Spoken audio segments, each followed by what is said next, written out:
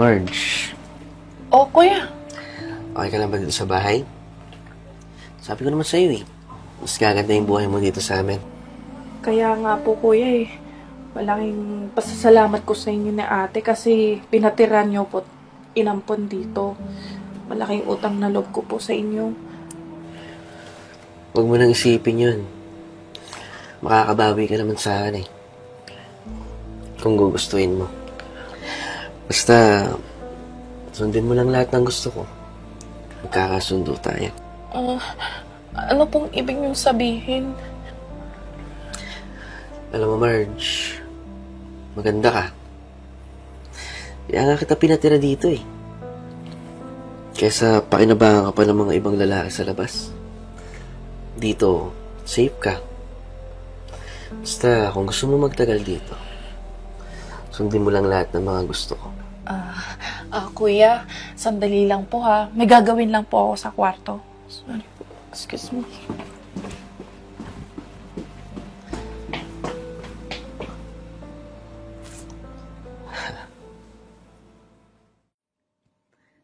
Boss G, oh. O nga pala, mahal. Kamusta naman yung ampon mo? Hindi ba siya sakit ng ulo? Baka mamaya, bibigyan lang tayo ng sakit lang ulo niya, na? Okay naman siya, man. Gumagawa naman siya sa gawaing bahay, tsaka mukhang masipag naman. Buti naman kung ganun, tumutulong siya. Para naman may silbi yung pagtira niya dito. Kaya dito, huwag mo nang isipin yun. Tsaka, ako nang bahala dun, ha? Sinabi mo eh.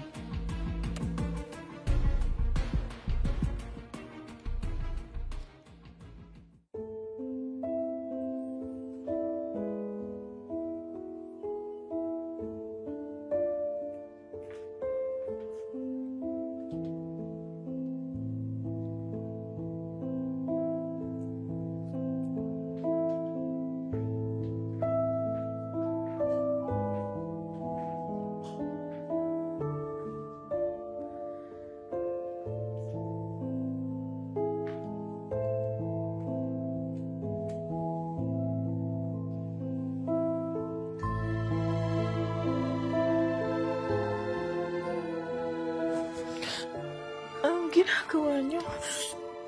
Kamaingay, baka magising yung misis ko. Di ba sabi ko naman sa'yo, sundin mo lang lahat ng mga gusto ko. Wala ka magiging problema sa akin. Tsaka baka nakakalimutan mo. Ako ang nagligtas sa'yo sa miserabling buhay mo sa labas. Kaya sundin mo lahat ng mga sinasabi ko, ha? Pero bakit po ako binababoy?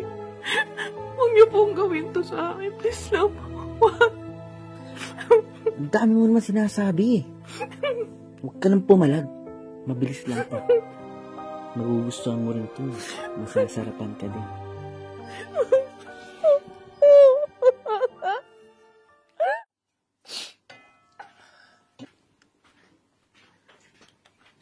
Marge? Ate. Ito o pera. Pwede bang mamalengke ka mamaya? Sige po.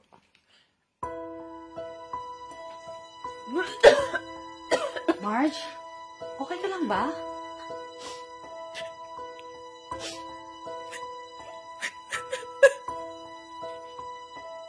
Uy, bakit? Pinagsamantahan po ako ng asawa niyo, ate. Binaboy niya ako. Sorry po, wala po ako nagawa. Sorry. Buntis po ako. Napakawalang ya talaga ng lalaking yun. Pasensya ha. Wala akong nagawa. Pero sisiguraduhin kong tutulungan kita dyan sa nangyari sa'yo. Hayaan mo, kakausapin ko siya.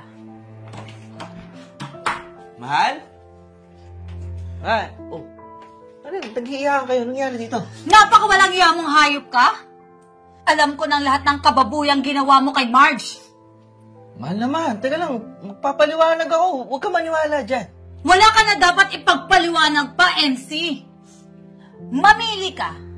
Lalayas ka dito sa pamamahay ko, ipapapulis kita. Wala ka nang ambag dito sa bahay na tong hayop ka, ganito pa ang gagawin mo? Teka lang naman, mahal. Magpapaliwanag ako. Huwag kang maniwala dyan. Wala ka nang dapat ipagpaliwanag pa, MC. Mamili ka. Lalayas ka dito sa pamamahay ko, ipapapulis kita. Langya kang hayop ka, wala ka nang ambag dito sa pamamahay kung palamunin ka. Tas ito pa ang gagawin mo? Lumayas ka dito! Mahal, teka lang. Bigyan mo pa ako ng isang chance. Buuin natin pamilya natin. Palisin natin yung ampo na yan. Sige na. Chance? Baka hindi na kita bibigyan ng chance sa pinamimili ko sa'yo. Baka gusto mong ipapulis kita. Lumayas ka na nga!